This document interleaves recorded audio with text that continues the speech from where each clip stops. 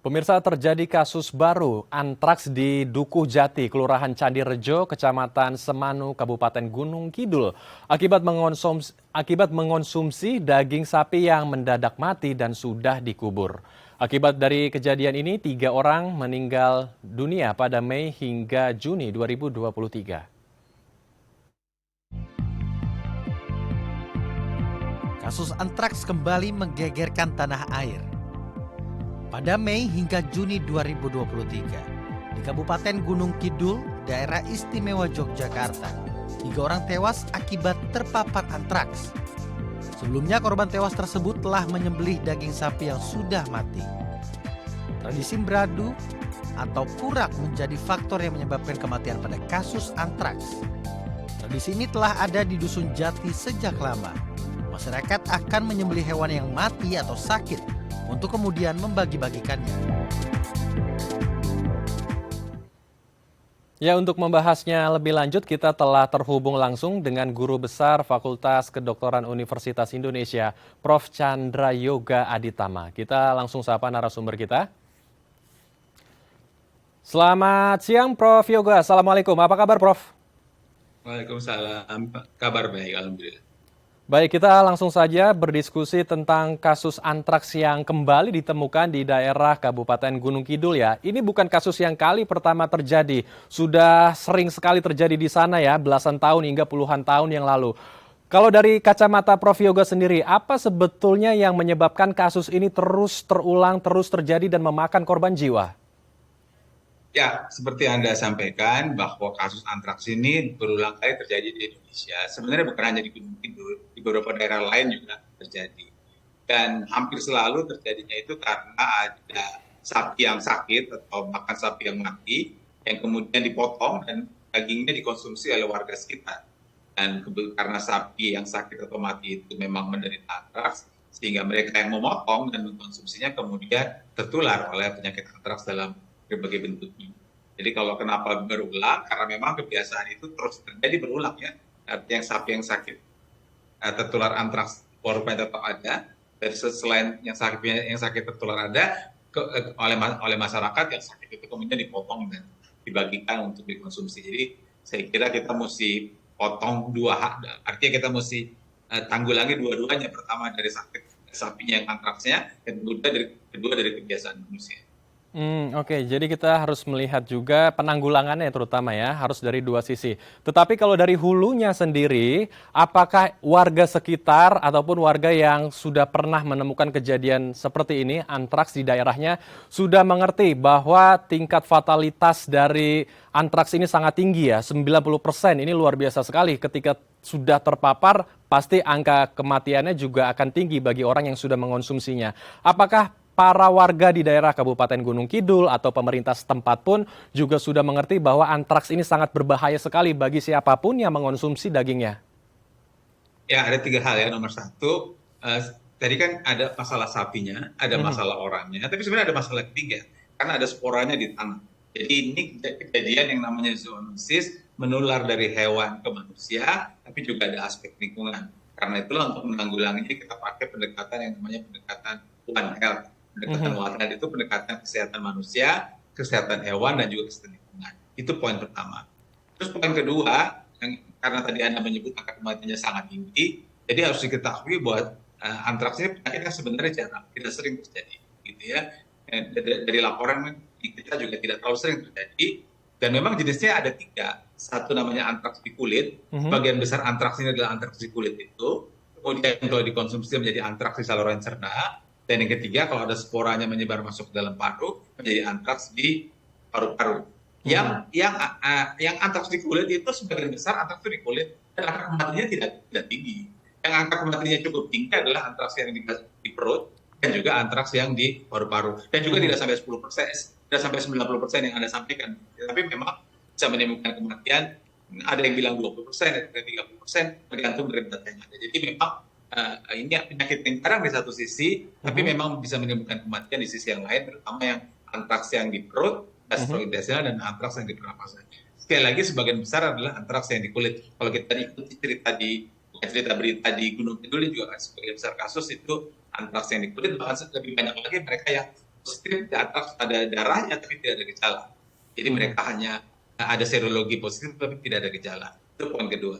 Poin ketiga, apakah masyarakat tahu atau tidak tahu? Kalau memang masih terjadi juga kejadian berulang orangnya daging yang sakit kemudian dimakan, itu tentu saja artinya masyarakat belum sepenuhnya tahu. Belum lagi kan saya kira kita dengar, kita baca di media ada budaya di mana dalam rangka gotong royong itu kalau ada seorang peternak yang sapinya sakit maka yang lain mencoba menolong itu dengan membeli dagingnya dengan supaya si yang kematian sapi nggak terlalu rugi-rugi banget begitu, sapinya kemudian dibagikan ke orang lain dan orang lain ikut nyumbang uang gitu. Jadi di satu sisi bentuk gotong royong solidaritas itu baik, tapi yang juga perlu diketahui masyarakat adalah bahwa ternyata memang daging sapinya ini kemudian mengandung bakteri antraks atau sporanya, bakteri dan toksinnya sebenarnya yang kemudian menimbulkan penyakit pada manusia.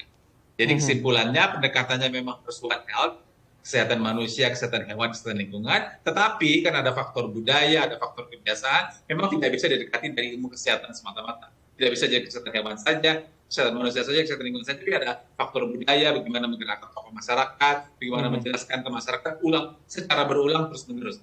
Kejadian ini jarang itu juga membuat faktor, karena kalau sering orang ingat, tapi kalau jarang kan nanti setelah sekian bulan berada lagi, atau setahun berada lagi, orang sudah kadung lupa yang Baik, jadi ini cukup kompleks ya permasalahannya dan juga ada isu budaya di sana atau tradisi Brandu kalau tidak salah ya, yang mana ada pemotongan hewan yang sudah meninggal bahkan sudah dikubur kemudian dibagikan kepada warga atau dijual kepada warga untuk dikonsumsi. Namun sebelum ke budaya, kami ingin mendalami lagi. Sebetulnya vaksin juga sudah diberikan kepada hewan-hewan di daerah zona merah ya, zona-zona yang ada kasus antraks di sana dan ada juga korban jiwa di sana.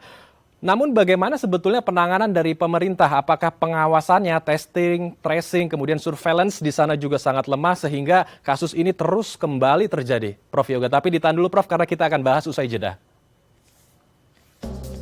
Baik pemirsa, kami akan kembali usai jeda. Tetap bersama kami di Halo Indonesia.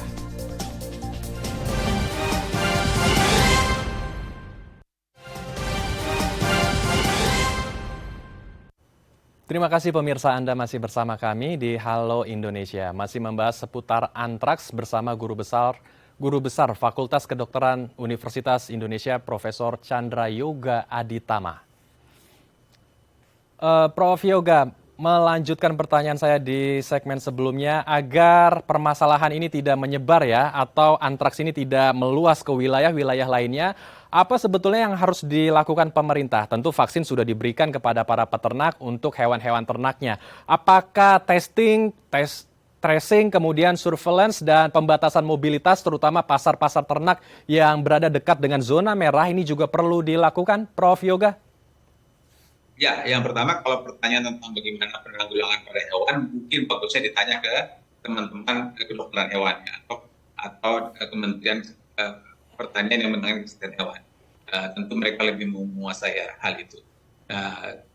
Begitu juga kebijakan apa yang dilakukan dalam pengendalian hewan tentu akan lebih bagus ditanyakan kepada pihak kesehatan hewan. Tetapi kalau kita lihat misalnya saja di Amerika Serikat itu disampaikan bahwa praktis antraks itu tidak terjadi atau kecil sekali. Kenapa? Karena cakupan vaksinasi pada ternak itu besar gitu ya. Jadi saya tahu vaksinasi sudah diberikan, tapi saya tidak tahu apakah cakupannya cukup besar pada daerah-daerah endemis antraks yang ada di negara kita. Jadi menurut saya kalau kita ikuti anjuran yang ada dari berbagai badan internasional, memang vaksinasi pada ternak itu harus dilakukan secara maksimal. Nah, yang kedua yang bukan yang Anda sampaikan tadi, memang surveillance ya. Jadi surveillance itu per definisi artinya kan pengamatan terus-menerus dan action kalau ada sesuatu yang terjadi. Nah, setahu saya teman-teman di kesehatan hewan sudah punya sebenarnya data tentang daerah-daerah mana yang endemis antraks.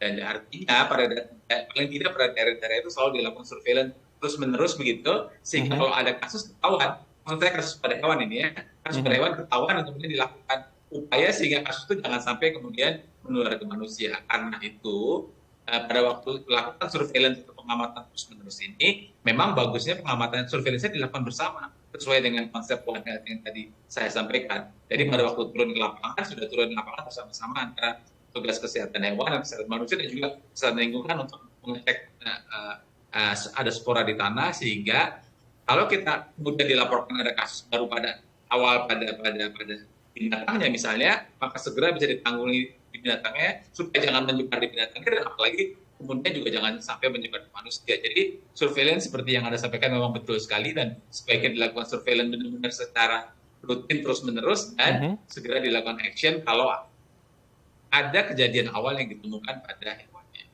Mhm. Baik, jadi surveillance ini menjadi salah satu kunci penting ya untuk mencegah penularan dari antraks ini. Kalau tadi juga disebutkan bahwa spora yang ada di dalam tanah itu juga sangat berbahaya karena dia bisa bertahan di sana hingga belasan ya atau puluhan tahun di sana. Lalu bagaimana untuk meminimalisir penularan dari spora ini dan untuk bisa melakukan mitigasi dini kepada orang, apa saja yang seharusnya kita perlu ketahui kepada orang yang sudah terinfeksi dengan antraks ini agar kita juga bisa memberikan pertolongan pertama kepada orang yang sudah terinfeksi antraks? Ya, jadi ada dua hal. Pertama soal spora, kemudian tentang yang kedua soal pertolongan pertama dalam tanda kutip. Nah, seperti tadi waktu awal kita sudah bicarakan bahwa sebagian besar atau hampir semua kasus yang ada di Indonesia itu terjadi karena ada pemotongan sapi yang sakit, pemotongan hewan yang sakit, bukan karena spora. Jadi memang betul spora itu bisa tahan sampai sekian puluh tahun, tapi memang kejadian akhir adalah karena pemotongan hewan. Jadi yang mesti dilakukan mitigasi atau action adalah bagaimana agar kalau ada hewan yang sakit, maka yang perlu dilakukan oleh para peternak bukan memotong hewan itu, apalagi membagikan dagingnya. Yang mesti dilakukan adalah kalau ada hewan yang sakit, dia melapor kepada petugas kesehatan hewan setempat, peternakan, dokter hewan, atau kalau di kesehatan manusia ada puskesmas, sebenarnya di kesehatan hewan juga ada puskeswan. Saya kira tentu para peternak juga mengetahui di mana mereka bisa menghubungi petugas kesehatan hewan sekitar mereka. Jadi yang mesti dilakukan adalah menghubungi petugas kesehatan hewan segera, karena mereka lah yang kemudian akan menilai apakah ada tidak ada antraks, apa yang perlu dilakukan, apakah perlu dikubur, apakah perlu dibakar dan sebagainya. Jadi itu poin yang penting. Nah, kalau pertanyaan pada kesehatan manusia, memang yang utama adalah jangan mengkonsumsi, jangan memotong, dan jangan mengkonsumsi sapi yang sakit. Sebenarnya bukan hanya sapi. Kalau kita bicara antraks memang sapi atau kambing atau domba. Tapi pada prinsipnya, pada dasarnya kalau ada binatang yang sakit, tentu yang harus dilakukan adalah menghubungi petugas kesehatan hewan, kan begitu. Jadi balik lagi, jadi pada manusia itu yang perlu dilakukan memang jangan mengkonsumsi. Kalau akhirnya toh tanpa sengaja belakangan baru tahu bahwa mengkonsumsi hewan yang sakit, pertolongan pertamanya adalah segera menghubungi petugas kesehatan setempat. Jadi jangan malah mencoba-coba makan antibiotik tertentu atau bagaimana. Begitu ada konsumsi hewan yang sakit atau kita ada duga orang tertular antraks, maka segera pada saat itu juga pertolongan pertamanya adalah membawa kepada petugas kesehatan, puskesmas atau mana, dan diberitahu bahwa kemarin saya atau om saya ini atau kakek saya ini mengkonsumsi daging, dan kadang kita tahu daging ini dipotong dari seekor hewan yang sakit ini. Kita walaupun belum tahu antraks atau enggak antraks. Jadi kan saya tahu pertanyaan pertama itu selalu penting, orang berpikir yang bisa kita lakukan segera begitu. Yang kita bisa lakukan segera adalah jangan memotong lagi, jangan mengkonsumsi, dan kalau ada kecurigaan segera berobat ke petugas kesehatan untuk mereka yang kemudian mengambil langkah apa yang perlu dilakukan. Sebenarnya kalau memang belum berat, maka pemberian antibiotika tertentu memang bisa menyembuhkan. Jadi tidak perlu juga terlalu khawatir berlebihan. Artinya kalau memang awal dan memang tepat, antibiotikanya sudah ada dan itu bisa diberikan pada pasien. Tapi segera, makanya segera berobat ke petugas kesehatan yang terdekat. Jadi segera berobat ke fasilitas kesehatan terdekat jika tidak sengaja mengonsumsi daging yang tersuspek ya atau terindikasi oleh antraks itu sendiri. Ada pula selain permasalahan tentang kebiasaan atau minimnya edukasi kesehatan di sana, ada juga sebuah tradisi atau budaya sosial di sana bernama brandu atau porak, yang mana tradisi ini adalah mengonsumsi hewan ternak yang sudah meninggal dunia, bahkan yang sudah dikubur ya di dalam tanah, kemudian dibongkar lagi, dipotong kemudian dibagikan kepada masyarakat luas, bahkan ada juga yang dijual. Nah, ini bagaimana untuk meluruskan persoalan ini? Karena peternak mungkin di satu sisi akan mengalami kerugian jika hewan ternaknya begitu saja dibiarkan meninggal, tidak mendapatkan imbalan apa-apa, sehingga mereka berpikir mungkin ada baiknya saya jual dengan harga yang miring, dengan harga yang lebih ekonomis. Bagaimana meluruskan hal ini, Prof. Yoga? Sebenarnya hal sama pernah terjadi pada waktu flu burung dengan ayam. Itu juga sama, ayam yang sakit kemudian dijual tidak dipotong, atau kalau ayam itu harus ayam ini saya cerita ayam pada waktu flu. Kalau ayam yang harus tertular kemudian harus dimusnahkan, maka orang bertanya mana kita punya kerugian, siapa yang mau mengganti kerugian sekian banyak ayam. Hal yang sama juga terjadi pada sapi, cuman sapi seperti tadi sudah sedikit banyak kita bahas, ternyata ada tradisi budaya yang sebenarnya bagus dalam pengertian mau bersolidaritas gitu kepada teman sesama peternak yang sapinya sakit, kemudian dengan tradisi berandu ini dibantu orang itu, kemudian yang membantu diberikan dagingnya. Nah, cuman ini memang kita sudah bahas dari tadi, memang ini bisa membuat terjadi penyebaran penyakit antraks, karena antraksnya tadi hanya pada sapi, kemudian karena sapinya dipotong, maka yang motong bisa ketularan, kemudian sapinya dikasih lagi ke orang yang mengkonsumsi juga bisa ketularan, dan kemudian bisa ada penyebaran dan sebagainya. Nah, jadi memang tradisi ini mesti dijelaskan berulang kali untuk diubah. Nah, saya punya 3 pendapat dalam hal ini. Nomor 1, pada dasarnya kita sudah punya banyak pengalaman dalam bidang kesehatan ini. Tradisi itu bisa berubah, tapi memang butuh effort yang besar untuk menjelaskan kepada masyarakat. Itu 1. Dan yang kedua, untuk mengubah tradisi, apalagi sudah menjadi budaya, tentu tidak mungkin petugas kesehatan yang berperan saja. Petugas kesehatan bisa bicara soal sehat, sakit, bisa bicara soal kemungkinan penularan begitu ya. Tapi kalau sudah membutuhkan perubahan budaya, maka harus ada ahli sosiologi barangkali, ahli budaya, ahli kemasyarakatan, tokoh setempat, itu harus masuk untuk mengubah budaya ini. Itu poin kedua. Dan poin ketiga yang tadi juga sedikit sudah kita bahas, antraks ini kan tidak sering-sering banget. Gitu.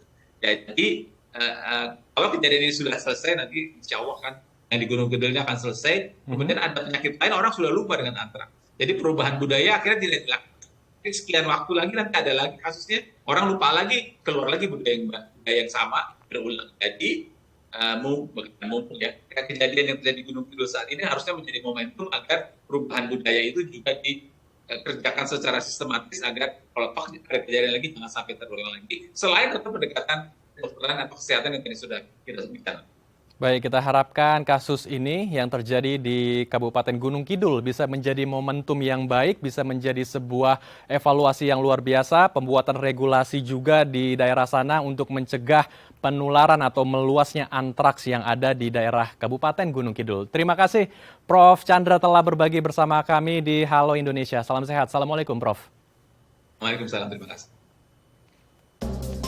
Pemirsa, usai jeda, kami akan mengajak Anda mengenal budaya Jepang melalui boneka. Informasinya usai jeda, tetap di Halo Indonesia.